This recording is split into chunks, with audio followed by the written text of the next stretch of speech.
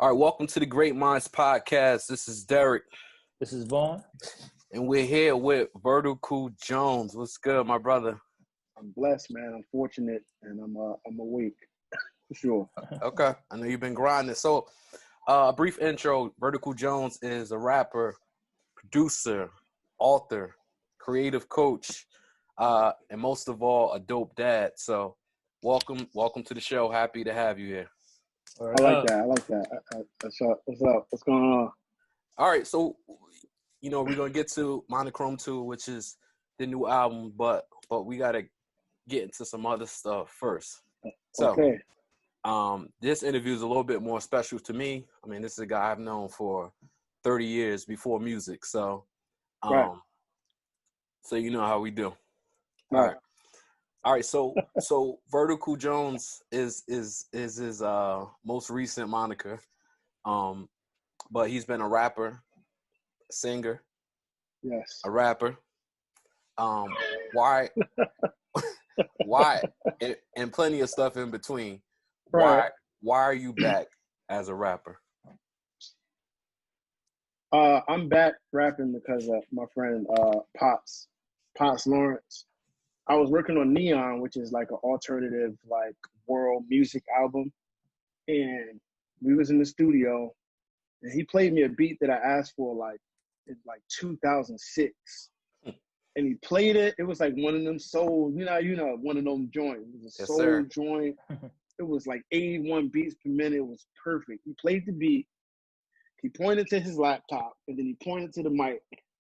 And I just was like, come on, yo. Like, at that point, it's been like 7 years since I dropped the rap album.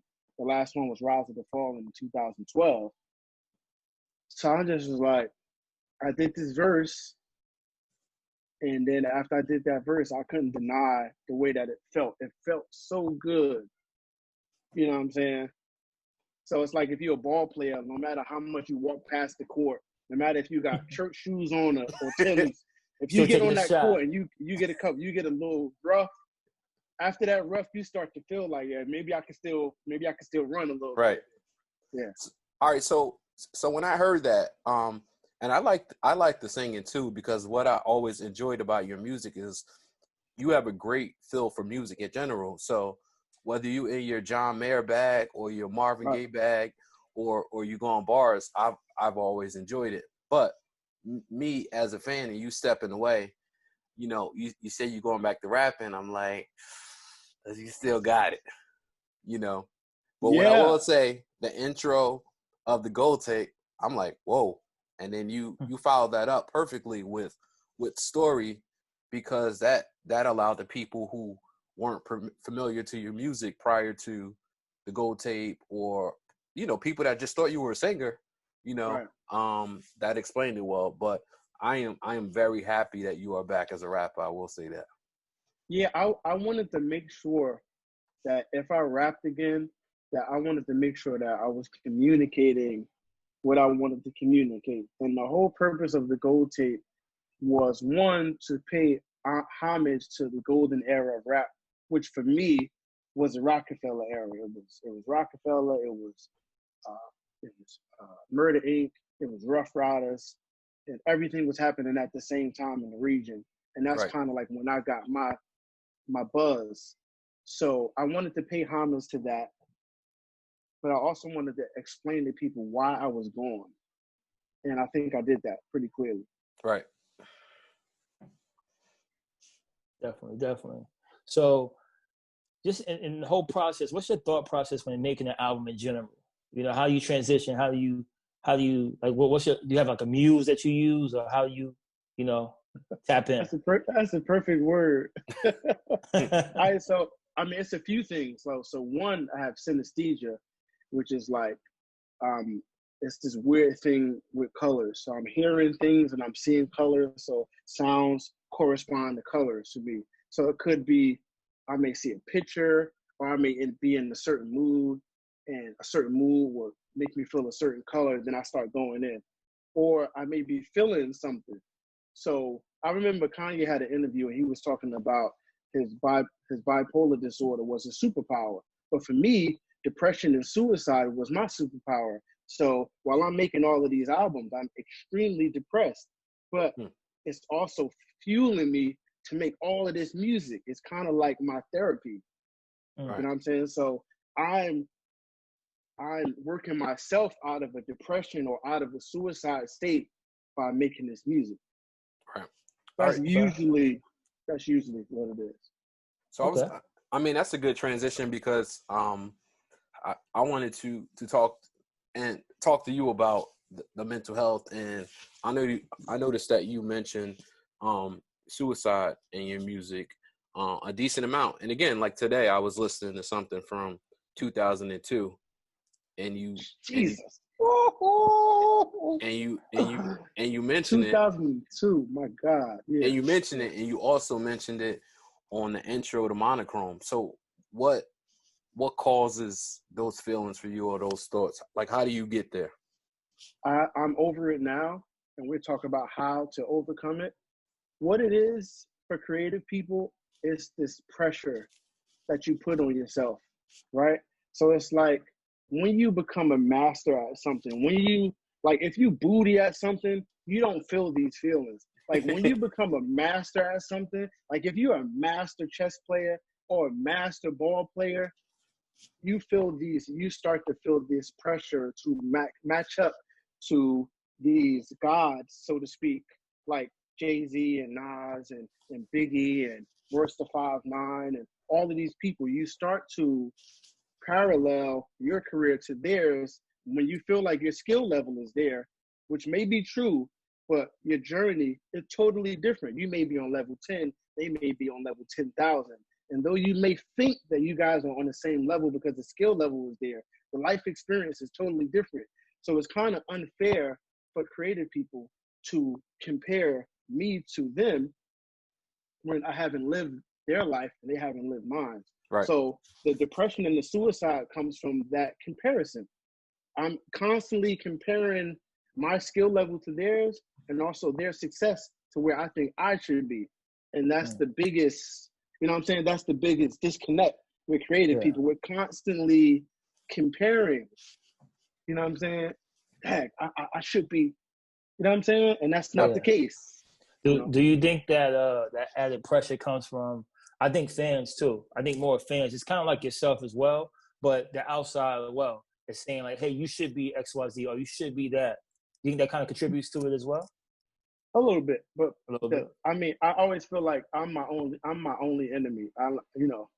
Like my man Ladoon has a shirt that says "My God versus my enemy," and I wear the shirt because I used to. We went to arts high school together, and I used to go in the homeroom and freestyle with him and LeBron, Lee, and Hef. But I don't feel like I have any enemies. I feel like I'm my only enemy. It's like nobody can do nothing to me because the battles I have in my mind are so dramatic.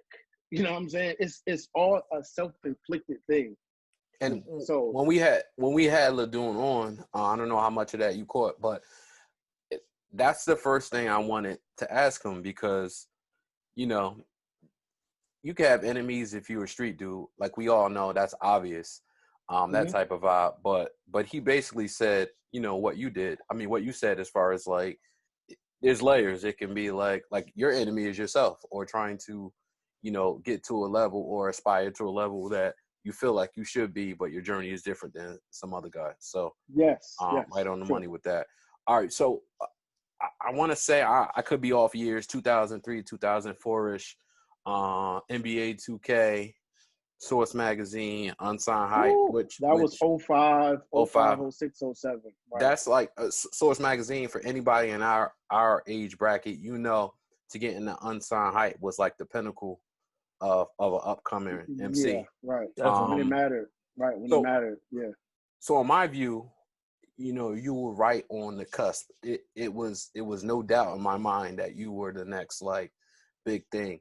So what would you say happened at that point that didn't get you to that next level of like stardom, so to speak? I think artists, we have a thing where we just want to be artists.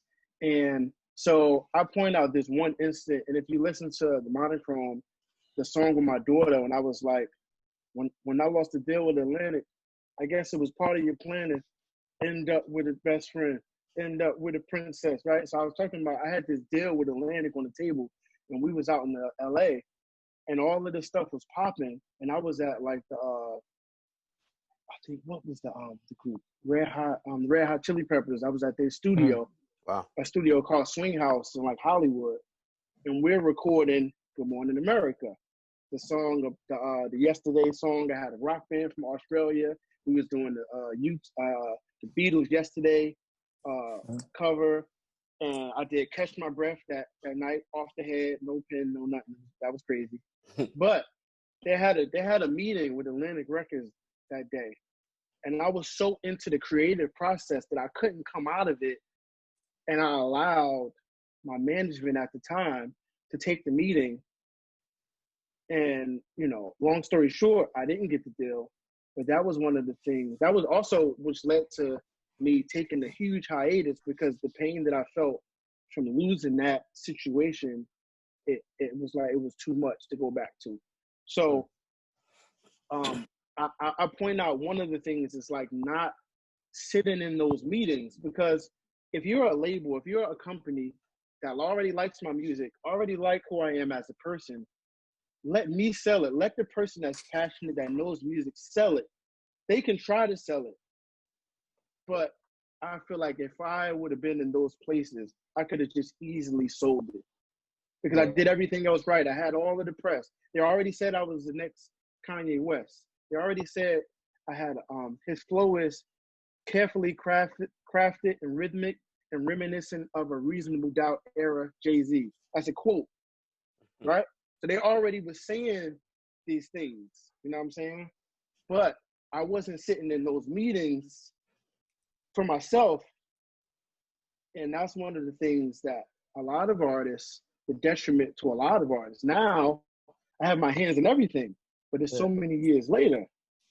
You know what I'm saying? Yeah, I think that probably comes with experience, right? Like you stated, and a lot of young artists, or even back when we were younger, we kind of trusted our management. I said, okay, let them handle it, type of thing. But now the artists coming out now, they're more hands on. So they're coming in there talking, they're doing what you're talking about doing, but they're doing it now. But like you say, it's trial and error. So I think that, you know, back in the day, 10, 12 years ago, the thought process was different for us. We wasn't thinking like that. You wanted to be an artist, and let the management handle the management part. But now they're doing both, you know? Yeah, I feel like I was like in '04, I had an interview with hiphopgame.com, which is like the top music blog at the time. I had an interview with Hip Hop Game, and it was like, the dude 730 was like, yo, how are you on iTunes? I was on iTunes in '04, '03. You know what I'm saying? Like I was already, they was like, how are you doing all of this stuff? I had a ringtone deal in '04. I did everything else. I had the music, I had the buzz, I had the organic fan base. I sold out SOBs 4 times. I sold out Joe's Pub twice by myself. You know what I'm saying? I had a show, it was Tom Gist, it was Joel Ortiz. The second time it was Tom Gist, it was Phenom, which is right here. Sold out. You was there, she was sold out with only my people.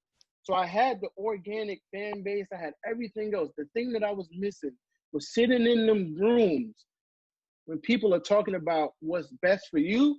Yeah. And I wasn't there, and that was one of the things. Gotcha. All right, so let's get into the Monochrome series. Ooh. The way I'm looking at it, and it's kind of in line with how people are putting out a lot of music now. Like you'll see a Conway that'll put 2 7-song EPs out within 6 weeks of each other, which is great because it sounds like 2 pieces of work. Whereas if he did it as 14, some of those songs probably wouldn't have been as powerful. So with Monochrome, from hearing part 2, which was really dope. I like how it was like season 2 of a show to me. That was the whole point, right? Okay. Right. Why do you drop Monochrome so quickly? Part 2. Why'd you drop part 2 so quickly? Because first of all, I work at a hospital, right? So I'm on the front lines, right? So I started Monochrome 1, right? I had Rainbow's mural already, and I was writing Godspeed And then my lady called me, it was like, Kobe passed, and I just stopped writing for a whole day. The next day I wrote Leave Something.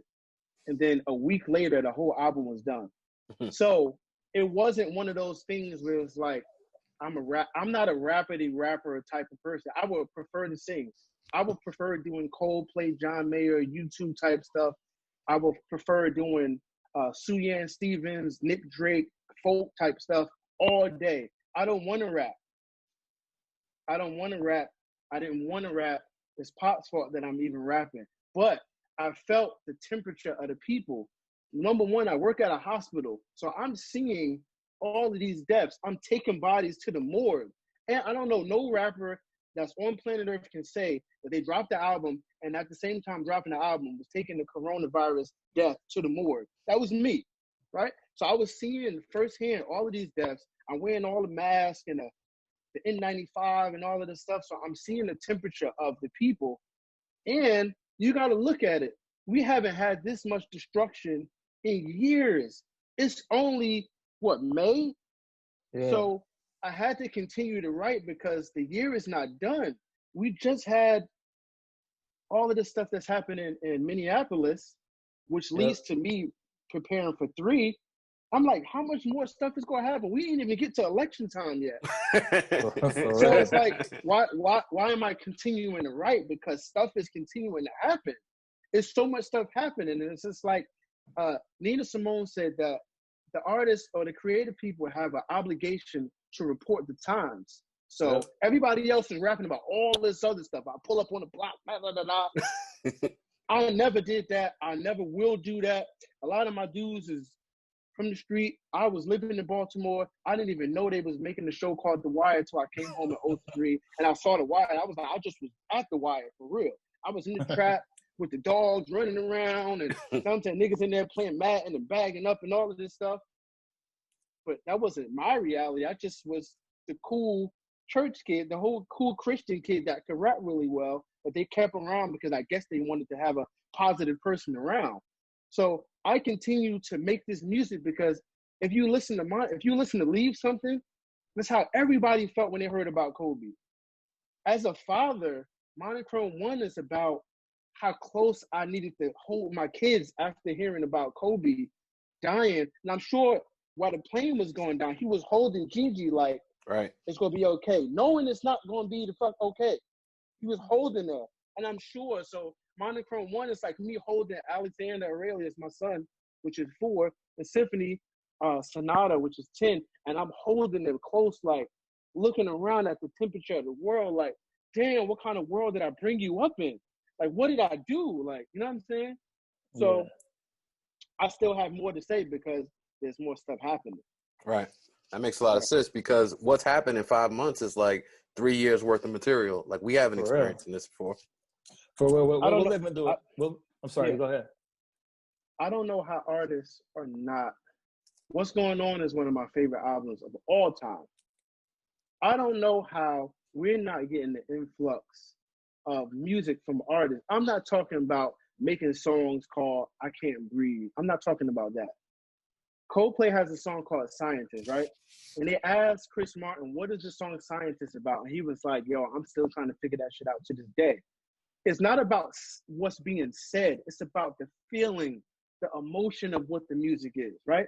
So it's not, I'm not going to be saying, I may not even say anything about protest, but you're going to feel the rage and the protest in the music. And that's the art and the magic of it all. I think it's kind of corny how, you know, we have this stuff going on and somebody comes with a freestyle right away. They don't mean it. They just trying to get some traffic. And they could put words together. They could put words together. And it's just like, you don't really mean that shit, bro. Like, come on, like that shit corny. When I do my shit, you're going to feel it. You may not even be able to listen to Monochrome 3 without crying. So you may want to listen to the shit by yourself for real. Because that's the way I feel. I had instances with the cops on 2 different occasions where I almost got shot. So I know what that feels like firsthand. And one of the times I was on Facebook Live. So that's crazy. It's funny you say, you're right, there's an obligation for the artist, you know, to put stuff out. It's kind of why, like the whole D-Nice thing, right? So when D-Nice went on live and was playing and was DJing, I missed the first day. Everything blew up.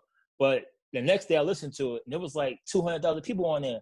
But the vibe and the feel of what he was playing, no words were being said. It was just the music. Everybody needed that. Everyone needed to feel good and to uplift people. So you're right. As an artist, that's like the obligation is to do that, any form of fashion. Yeah, Rockwilder was on live today. That's my OG. I got a video on Rockwilder in my house.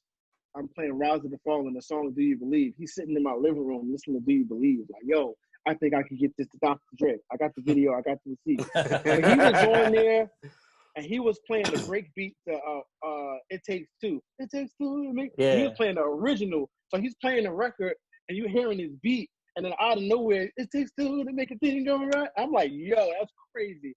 And I wrote healing music, because that soul music makes you feel like, it's gonna be okay. Like, we're gonna get through this. Like, so you're right. Yeah, and it's not always making a record about the thing. It may be taking people's minds off of it. It may be, you know what I'm saying? It's different ways to do it, but I think it's all of our obligation to do something.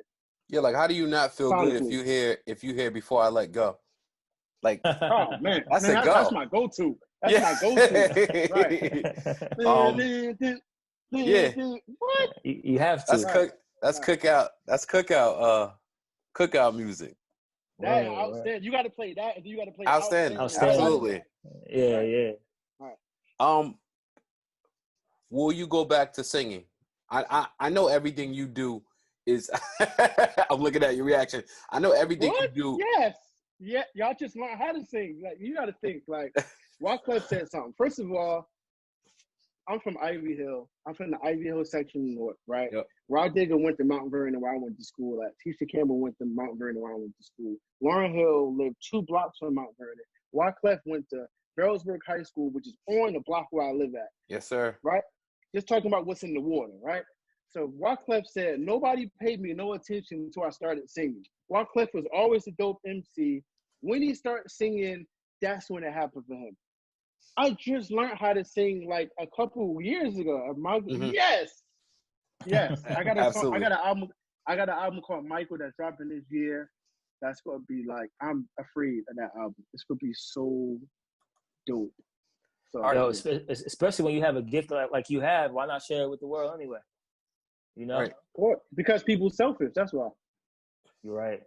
Artists are selfish. Like Joe Budden talked about him going into podcasting because he felt like him making music was selfish. For me, not to make music would be selfish, because I know the effect it have on people. I'm like, my music, I'm the kind of artist, I'm like the side dude, right? So I'm like, I'm the artist that people listen to when they by themselves. Like, it's 3 a.m. and motherfuckers is listening to what I'm doing and they commenting and they don't want nobody to know. But I'm cool with that because I know what it is. I'm the he gonna cry in the car type of artist. I'm like, nigga, when you by yourself, you go listen to the Crying Game. You go listen to Neon. You gonna be like, damn. You go listen to I'll Be Fine and be like, yeah, yo, she tried to play me. She thought I was just gonna fall off. Like, nigga, I'm gonna be alright. You know what I'm saying? Like, I'm that. for the ladies too. I get the messages from the ladies, and the ladies, like, they waiting for me to come back. And I'm like, I know all my hip hoppers is like, you need to drop these bars, but the ladies is waiting. Yeah. Yeah. So compare.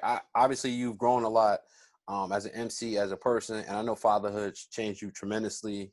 I watched it through pictures. I watched it how you guide your daughter with music and everything. So I know you're loving every minute of that. What defines success for you now? I feel like previously, and you kind of said it earlier, your success was being as good as the guys you deem you were as nice as. But what's success look like to you now? Shout out Westside Gun. Shout out Griselda, right? Griselda, I always pay.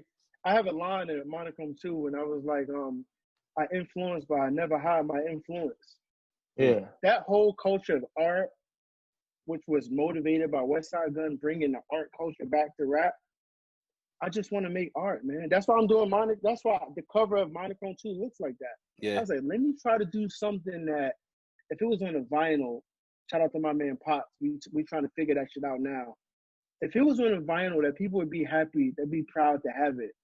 So I just want to make dope music, and also I'm a licensed coach. So I want to help other creative people dig themselves out of this depression, because I know exactly what's the root of it, and I also know what's the remedy for it. Right. Mm-hmm. It's funny you said about the art thing, because we talked about it a few episodes ago when I was saying, when you have like a 7-track album or an 8-track album, back in the day, you used to be like, yo, I need more. I need more. Like when Nas put out At least Illmatic, 10. it had to be at least 10. So I'm like, when Nas put out Illmatic, we're like, it's a dope album, but it's only 9 tracks or whatever, right? But now when the whole Griselda came out and they started making these art pieces, so now when I hear a 7-track album, I'm like, that's what I need. It's the right number of songs, 7, 8 songs. It's a quick listen. Quick listen in the capsule as art, and I respect the art. And then 6 weeks later, a new piece comes out. You know what I'm saying? Which is another 7, 8 songs, and that's more art. So what they did is change the whole thought process of the culture. So what I really look at it like that. You know, Westside Gun is ill, man, and they need to give him credit. He's not the best rapper, but he's a visionary, and he's an artist. He's an artist. He sees, he hears, and the way that he puts it together is dope. Yeah, and he's sparking a generation of underground artists that are starting to get light, because now other people are looking for art and rap, and they're finding it, because on the underground scene, there's always been the best rappers have been on the underground. That's a fact. Right. Yeah. But they didn't know how to market it until Westside Gun started with these covers, and you know what I'm saying? Like now they know what to do. Now they got the blueprints. Now they, you know what I'm saying? Yeah. Before we go into our rapid fire section, I want to ask you something. It might be a question you can't. Well, you know what? Since you do so many different types of music, I'm gonna break it down a little differently for you. Okay. What is your favorite rap album of yours? Illmatic. No, of yours. Vertical Jones, Choir, Coley. The best one, Rise of the Fallen. Okay. How about R&B album? Neon. Okay. Neon. I think Neon is so ahead. Neon is like 5 years from now. That album is going to be hard. Like people don't even understand like the levels. And one of the albums I made, I had the most fun doing too. That album is dope because like the cadence is for a lot of stuff is so different than anything out now too. I didn't know what I was doing. I just was doing it. It was that synesthesia thing that I think Stevie Wonder has it, Kanye has it, Pharrell has it, right? So this thing with color. So I had this like hue of purple, and everything I did was like in this purple kind of hue. I just going and going and going. I just was having so much fun, just trying flows and trying beats, and I produced every song up there. So that was another thing. And I always start to finish. I always tell people, I was telling Vaughn that like you were Drake before Drake, and that's no disrespect. I mean, but you've been doing this, you know, for 20 years. Like I've watched you, and then you add the producing. So I've watched you make a beat, do a beat, get rid of a beat. I'm like, yo, what are you doing? And then come back with something even more crazy. I'm right here. He attested at me making a beat that's nice, and me erasing it. Yeah, sick. Right. And then the other part of it is just like spit a crazy verse, and then you turn into Marvin Gaye. It's, like, it's crazy. Maybe I'm schizophrenic, but I always felt like, number one, like my brother was a rapper, right? He used to run with like Redman, Cudi, Diesel Don the Governor, Outsiders, all of that. They was in the same circle, but I was so young that I was too young to hang around them. So we started our own thing. We only started Snake Eyes, which was our little crew back in the day, because my brother wouldn't let us come around them. We was too little. You know what I'm saying? They drinking 40s, smoking blunts, which was the lingo, on Clinton Avenue, and we couldn't come around. So we started our own thing. I had a karaoke machine and a Yamaha keyboard, and we made mad albums. So, you know, that's... I think what it is, man, I think you're really a musical genius, though. And I think, I'm not saying that lightly, but I really think that's what you are. You know what I'm saying? And a lot of times when you are a musical genius, it's the things that you're talking about, things that you're saying happen to you happens. Like not people not understanding certain things. You're not getting this deal, not getting pretty much the respect you deserve for what you've been doing. And if you've been doing this for over 20-some years, probably better than your favorite rapper. You know what I'm saying? I am better than my favorite rapper. Let's be clear. But it's all first of all, music is subjective, right? And the crazy thing is kind of like, all right, y'all sports people, so let's go here, right? Can you say Kobe was better than Jordan? Can't really say that. But Jordan said that if there was anybody, it would be Kobe. Right. Why? Because he stole all his moves. Oh, smooth. So, am I better than Nas? No, because I stole all of his moves. Am I better than Jay? No, I stole all his moves. So my whole thing is a mixture of those two artists mixed with my religious influence, which is the Word of Faith Church, which is all of the popular contemporary churches, and then the Black church, and then where I come from, which is I'm from the Ivy Hill section of Newark. Bad enough I'm from Jersey. We already got a chip on our shoulder. But I'm from a part of Newark that nobody knows how to get to. If you've never been on a number one bus, you don't know where the hell Ivy Hill is at. Right. That's a fact. I don't care if you went to Irvington High School, you still may not know where Ivy Hill is at. And it's right there. And that's a 10-minute walk from the crib I grew up in and yours.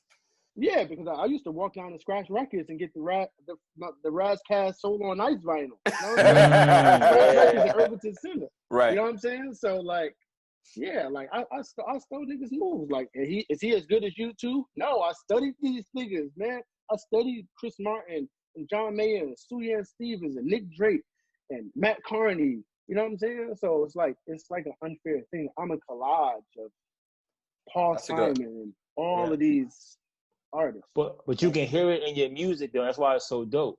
You know what I'm saying? Because you can hear that. Like if you have a real good ear for it, and like you do, right? So like avid listener, if I'm listening to the music, I pick up on stuff. I know we talked about from Monochrome 2 with the Bruce Lee reference and stuff like that. Like I pick up on that stuff and I'm listening to it.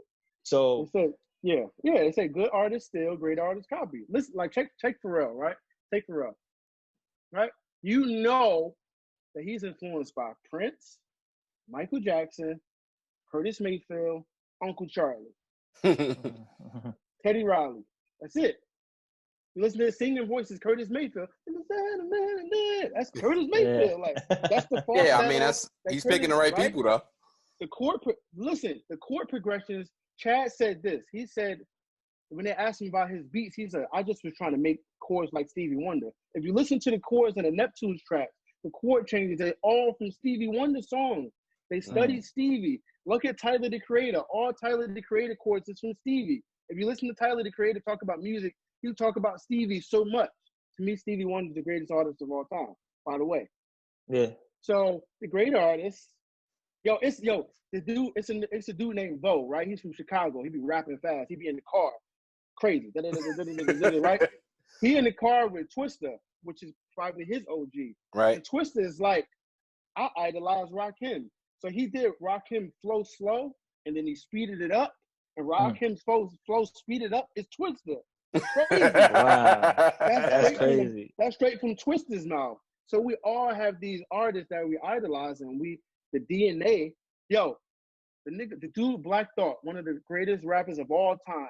Fact. He said that his DNA is Rakim, Kane, Coogee Rap, Chuck D. All of these people together is Black Thought. That's what he said. So I'm the same way. I have. You know what I'm saying? All right, so we're gonna transition over to the rapid fire section. This is how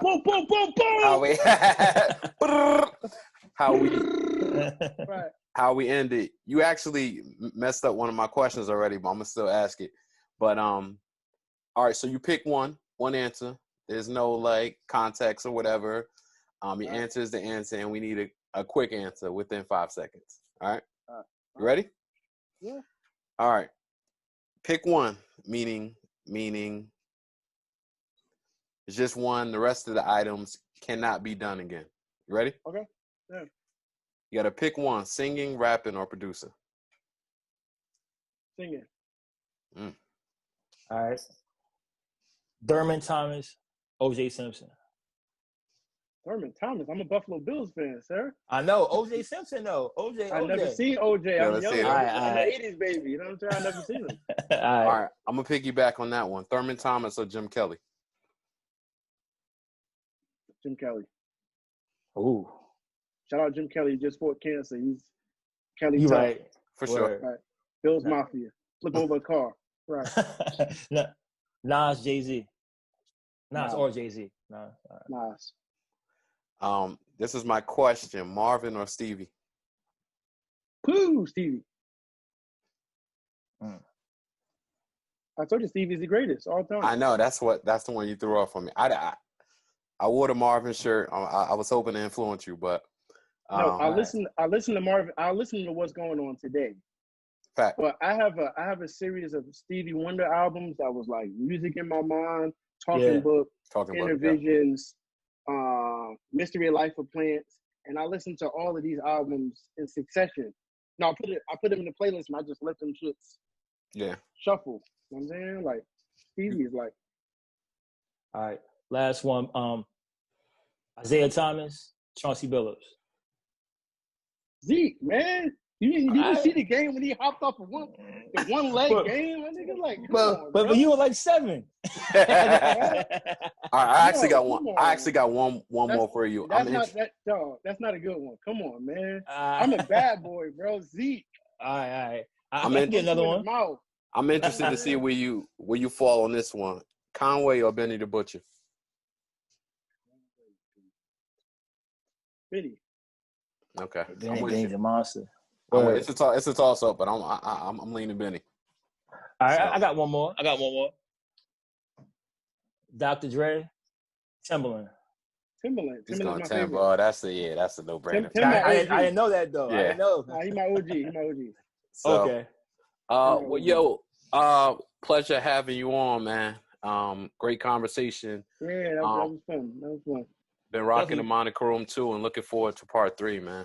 But you know, one thing Yeah, we want to touch on real quick, Right. about the life coaching aspect. Right. Certified. Right. Certified. Yeah, can you go into that a little bit? All right, If you want to give out info for that. My mom was taking a class because she has a women's ministry. My mom's a pastor, right?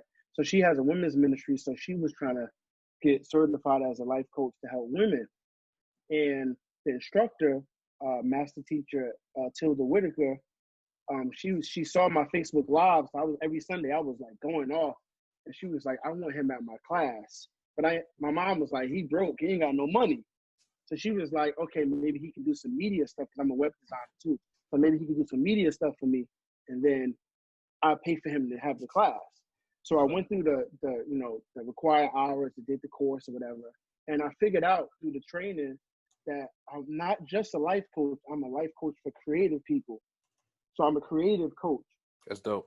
I can't tell you nothing about life, but I know about creative people. I'm a master at creativity, the creative process, the creative mind. Ernest Holmes has a book called The Creative Mind. I feel like I'm the new age Ernest Holmes, right? Okay. So if y'all look Ernest Holmes up, a book called The Creative Mind. I'm the new age Ernest Holmes.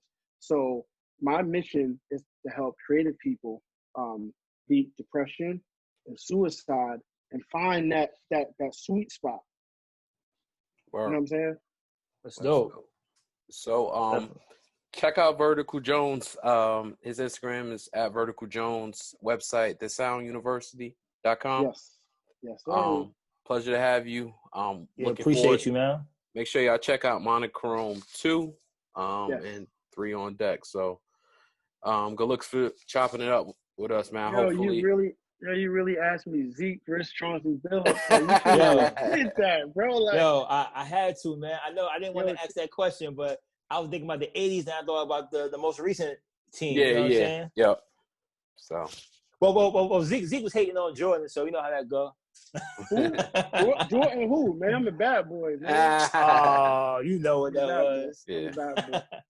You I know, appreciate Jordan had you, man. nightmares. Jordan had nightmares about them, man. Word. Yeah, because they was fouling them. That's how it happens, right? Potato, right? That's it. Word up. All All right, Ver. Good All luck. right, appreciate Good luck with you, the man. next one. Definitely. no doubt. All right. All right. So shout out to Vertical Jones for Word. Yep. Yeah, I think that'll be a good interview for people that are, depressed about their work in general. It doesn't even have to be music. It can be anything, and and just to know that you define your own success. Definitely. And I think that's the thing that people don't really realize. They look at other people. That's how I brought up the whole is it outside influences, but really it should just be yourself. You're your worst enemy, pretty much, for the most part. Yep. All right, so musical picks this week. I only have one. That Freddie Gibbs and Alchemist Alfredo. Tough. Yeah, no doubt. Freddie for me is kind of like how we feel about how I feel about Royce's last two projects. Like I always thought Royce was a lyricist. I respected him as a lyricist, but the last two albums really hit me as far as like albums and full body of work being tremendous. And I think he's progressing. And I feel the same way about Freddie. I heard his last album, which I thought was the best album in 2019. And then that made me go back and listen to some old stuff. And I still wasn't like, I'm like, did I miss something? Like this album is crazy. But I found a couple joints that I liked off his, previous projects. But I guess you know what it is, man. Shit, like sometimes it takes rappers a little while to get into their bag. And once you find your comfort zone, it's different. Like you can tell the way Freddie's rapping. It's kind of like you said, like with Royce. It's a different type of feel. Right. It's more like a masterclass. Like he's really comfortable in his pocket, in his bag, whatever he's saying. He doesn't really care. So I think that's an artist that's really secure with themselves, and they're like, putting work out. Yeah. So that's my pick. I got Freddie Gibbs and Alchemist Alfredo. So I checked that out. Dope album. But my pick, I had to take it back to Camp Lo. Camp Lo got an album out with Pete Rock right now called I think it's a mixtape. I'm not sure if it's a mixtape or an album. But I think the first one with the mixtape is called 80 Blocks from Tiffany was the first one, which was a mixtape. And 80 Blocks from Tiffany Part 2, I think is an album with Pete Rock. So like Camp Lo, same flow, same style. They always a little different, but on Pete Rock beats though. So definitely. All right. Well, thank you for watching, listening. Make sure you keep checking us out on YouTube, Spotify, Apple Podcasts, SoundCloud, and follow us on IG at The Great Minds Podcast. Subscribe, follow, listen, leave comments. Yep. Appreciate you. Later.